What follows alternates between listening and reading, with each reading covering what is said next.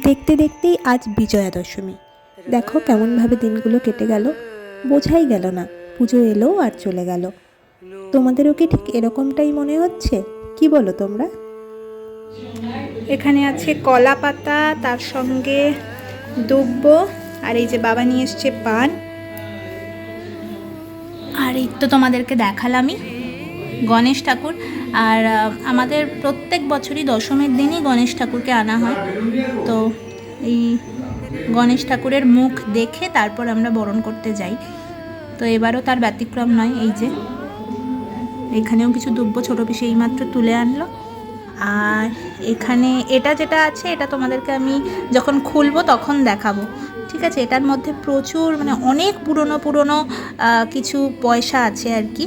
তো এটা প্রত্যেক বছর নিয়ে যাওয়া হয়। আগের বছরের ভিডিওতেও তোমাদের সাথে শেয়ার করেছিলাম। তো এটা কি আছে সেটা তোমাদেরকে পরে যখন খুলবো তখন দেখাবো।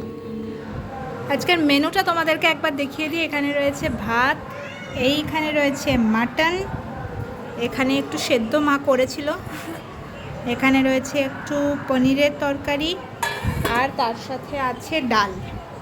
তো এই হচ্ছে মোটামুটি আজকের মেনু। ও আর এখানে রয়েছে এই যে সালাড, কিছুই রয়েছে। আর উজানের খাওয়া হয়ে গেছে। চলো এবার আমরা খাবো, আর তারপর আবার এবার তো তাড়াতাড়ি যেতেও হবে ওই বরণ করতে। তো তার জন্য আস্তে আস্তে রেডিও হবো, সেজন্য খাওয়া দাওয়াটা আগে তাড়াতাড়ি সেরে ফেলি। এই হচ্ছে আমাদের গণেশ ঠাকুর। আগেই তো তোমাদেরকে বলছিলাম যে আমাদের বাড়িতে না বরণ করতে যাওয়ার আগে গণেশ ঠাকুর দেখে যেতে হয়। ছোটোবেলা থেকে এরকমটাই দেখে এসেছি। আর এখানে দেখো থালাও একটু একটু করে সেজে উঠছে কিন্তু। এখানে রয়েছে কলা পাতা। কলা পাতাটা কী কাজে লাগে তোমাদেরকে এক্ষুনি বলবো। তোমাদেরও কি সেই নিয়মটা আছে? আমাকে কিন্তু অবশ্যই কমেন্ট করে জানিও। এই যে কলা পাতাগুলো ঠিক এইভাবে কেটে নিচ্ছি ছোট ছোট টুকরো করে। আর এগুলোর মধ্যে প্রত্যেকের নাম লিখব, মানে শ্রী শ্রী দুর্গায় নম, শ্রী শ্রী কার্তিকায় নম, গণেশায় নম, লক্ষ্মীদেবায় নম, এইভাবে সব নামগুলো লেখা হবে। আর সেগুলো কিন্তু ঠাকুরের হাতে হাতে দেওয়া হবে। মানে যখন বরণ করতে যাব তখন প্রত্যেকটা বরণের পরে ঠাকুরের হাতে কিন্তু ওই কলা পাতাগুলো দিয়ে আসা হবে। এই নিয়মটা আমাদের বাড়ির মতন আর কার কার বাড়িতে আছে আমাকে কিন্তু অবশ্যই জানিও। তো এই যে দেখো এইভাবে আমি লিখে নিচ্ছি প্রত্যেকটা। আগে তো খাগের কাঠি বা কালি দিয়ে লেখা হতো, এখন আমি পেন দিয়েই লিখছি। তো এইভাবে পুরো সবার নাম লিখে নেওয়া হয়েছে। তারপর এখানে হলুদ, পান পাতা দিলাম, ওই পয়সার বাক্স, ফুল সব নিয়ে নিয়েছি। বরণ করতে যাওয়ার আগে এই আলতা পরার রিচুয়ালসটা কিন্তু আমার দারুণ লাগে। প্রত্যেক বছর পড়তে পারি তেমনটা নয়, তবে চেষ্টা করি। এবছর মা পরিয়ে দিচ্ছে। এই হাতে কি লাগিয়েছো?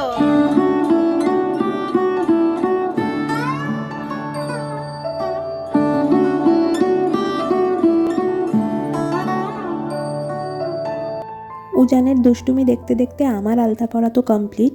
আর এবার মাও একটু পরে নিচ্ছে। বললাম যে দাও আমি পরিয়ে দিই। মা বলল থাক, তুই উজানকে দেখ, আমি নিজেই পরে নিচ্ছি। আর এইখানে দেখো এর মাঝখানে আবার এই কি শুরু করেছে, বায়না ধরেছে ওকেও নাকি এখন পরিয়ে দিতে হবে আলতা। পা নাড়াবে না, পা নাড়াবে না। দেখি এদিকে মার আমি পড়ছি, সেই জন্য ওকেও পড়তে হবে। দাও, পা নাড়িয়ে না।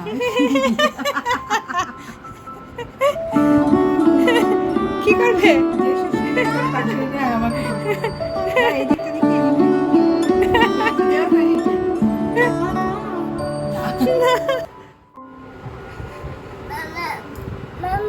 হ্যাঁ মাম্মাম পড়েছে তো। মাম্মামকে দিয়েছি, এই তো এই তো আমি পড়েছি। এই যে নিলাম, এই তোর মাম্মামকে দিলাম। এই দেখ দাদা বেঁকে যাচ্ছে না। ও তুমি পড়ো এবার। কি করছো? দেখো ও নাকি আলতা পড়াবে। কি যে শুরু করেছে ও, ওই জানে। সুন্দর করে পড়ানো আছে, গিয়ে এরকম দিয়ে যায়। হ্যাঁ এই তো করে দিয়েছে। এই যে আমার ছেলে পরিয়ে দিয়েছে আমাকে। দেখলেই তো উজান কেমনভাবে ওখানটা আলতা লাগিয়ে দিয়েছিল, তাই এইভাবে একটা ডিজাইন করে নিয়েছি। আমি যদিও এতটা এইভাবে পড়া খুব একটা পড়ি না, কিন্তু যাই হোক ওখানটা ম্যানেজ করলাম এইভাবে, খারাপ লাগছে না। তো এই যে এখন আমরা যাব বরণ করতে। আর এই যে মাও রেডি হয়ে গেছে, আর এগুলো সব গুছিয়ে নিচ্ছে আর কি। মানে দই, তারপরে মিষ্টি, মাটি, দুব্ব, ফুল, তারপর ওই তখন তোমাদেরকে দেখাচ্ছিলাম যে আমরা যে লিখেছিলাম ওই দুর্গায় নমো, কার্তিকায় নমো, এইসবগুলো, পান পাতা, হলুদ, ফুল, আর এখানে ওই পয়সা যে মানে কয়েন যেটাই আছে, এটাও তোমাদেরকে এখনই একবার খুলে দেখিয়ে দিই, দাঁড়াও, কারণ এটা তো আমরা খুলেই নেবো না। হ্যাঁ এটা খুলে নেব, এটা শুধু নেবই না। দেখো এরকম একটা কৌটোয় থাকে এটা, আর এই দেখো কত যে পুরনো পয়সা এগুলো আছে এখানে, মানে হ্যাঁ অনেক অনেক পুরনো পুরনো পয়সা এখানে আছে। হ্যাঁ রাম সীতা, হ্যাঁ এরকম প্রচুর আছে আর কি। যাই হোক, তো অনেক পুরনো পুরনো, এই দেখো, হ্যাঁ বহু পুরনো পুরনো এরকম আছে। যাই হোক চলো, এখন আর বেশি দেরি করবো না, ওদিকে প্রচুর লাইন হয়ে গেছে। এই হচ্ছে আজকে আমার লুক, পরে একবার তোমাদেরকে সামনে থেকে দেখিয়ে দেবো।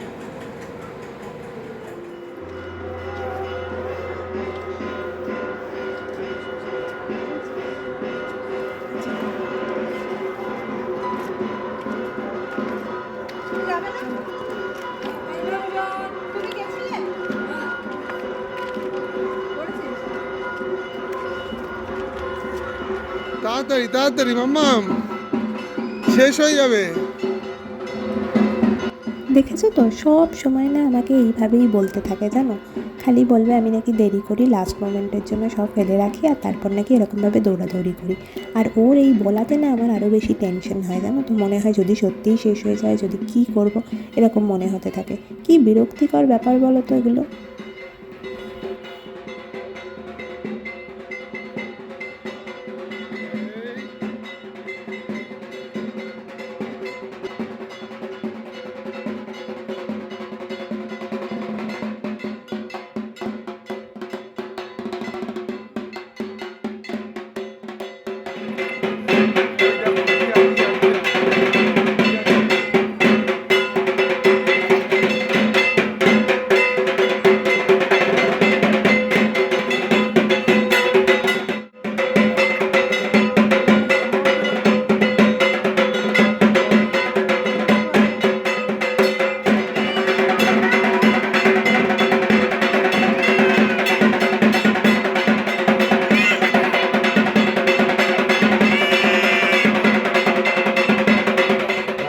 রাত 11টার সময়। আপনারা সকল অরবিন্দ পল্লীবাসীকে জানাই। যাক বাবার লাইন খুব একটা ছিল না, তাড়াতাড়িই কিন্তু বরণ হয়ে গেল। এই যে তোমরাও একটুখানি খেও, আর শুভ বিজয়ার অনেক অনেক শুভেচ্ছা সবাইকে। বড়দেরকে জানাই আমার আন্তরিক প্রণাম, আর ছোটদের জন্য রইল অনেক অনেক ভালোবাসা। পুজো সবার কেমন কাটলো অবশ্যই আমাকে জানিও। আর আবারও একটা বছরের অপেক্ষা, আবারও 1 বছর পর মা আসবেন। তবে এটাই আশা থাকবে যে এবছরের মতন যেন পুজো আর কখনো না আসে। এবছর কিন্তু আমরা কেউ সেইভাবে সেলিব্রেট করিনি, সবাই সেই প্রতিবাদে সামিল ছিলাম। হয়তো কেউ প্রত্যক্ষভাবে বা কেউ পরোক্ষভাবে, কিন্তু সবার মন মেজাজ কিন্তু খারাপই ছিল, কেউ কিন্তু সেইভাবে এনজয় করতে পারিনি, এটা আমি নিশ্চিতভাবে বলতে পারি। এই ছবিগুলোই না স্মৃতি হিসাবে রয়ে যাবে। উজান তো আস্তে আস্তে বড় হয়ে যাচ্ছে, তাই জন্য আমরা প্রত্যেকটা মুহূর্তকেই এইভাবে ধরে রাখার চেষ্টা করি। সেই জন্য বেশ কিছু ছবি তুলেছি, তার মধ্যেই কিছু নিজেদের পছন্দের ছবি তোমাদের সাথে শেয়ার করলাম। জানিও তোমাদের কেমন লাগলো।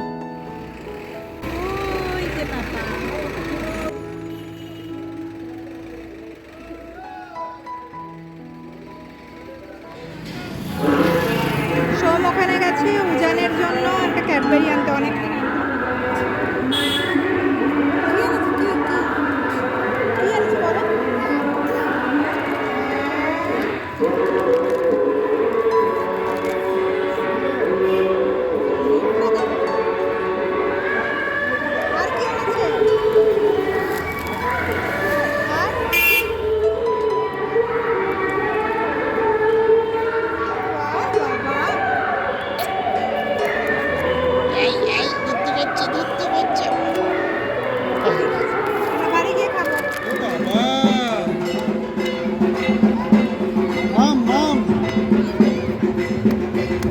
বিজয়া দশমী মানেই কিন্তু মিষ্টি মুখ, সেই জন্য গিয়েছিলাম একটু মিষ্টি কিনতে আমি, সোম আর উজান।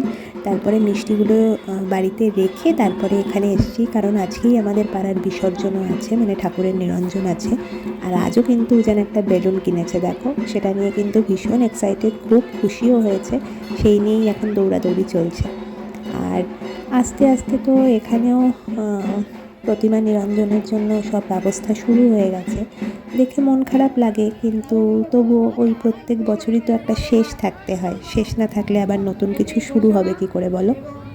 সবাইকে জানাই শুভ বিজয়, ভালোবাসা, বড়দের প্রণাম এবং ছোটদের অনেক আদর।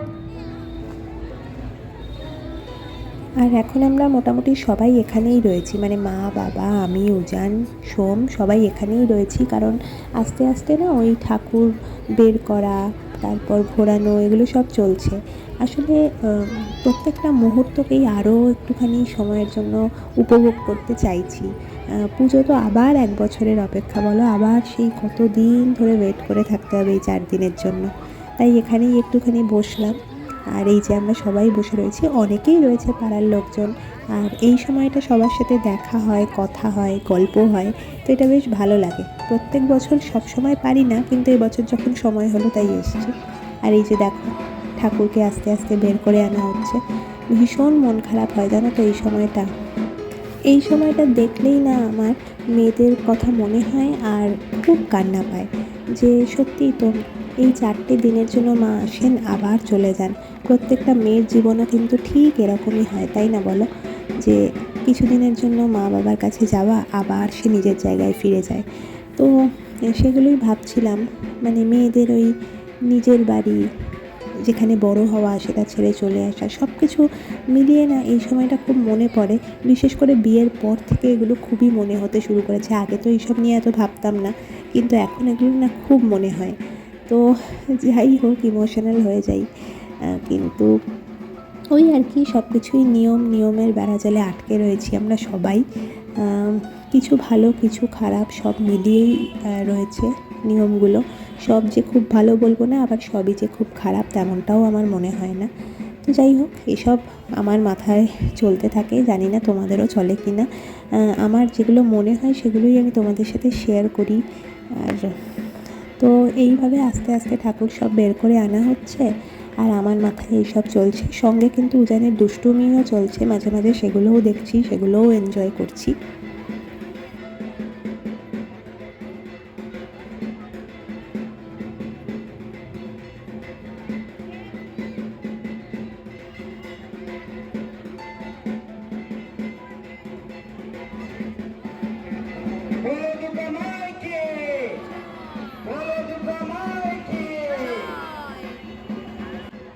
আর দেখতেই দেখতে দেখো মা দুর্গাকে এখন বের করে মণ্ডপ থেকে বের করে নিয়ে আসার প্রস্তুতি চলছে।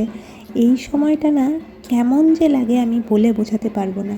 আমি জানি প্রত্যেকটা মেয়েরই হয়তো এরকমই মনে হয়, আর এই বছর এতটা সামনে থেকে এতক্ষণ ধরে প্রত্যেকটা মুহূর্ত দেখছি বলে হয়তো আরও বেশি করে মনে হচ্ছে, আর সেটাই তোমাদের সাথে শেয়ার করছি।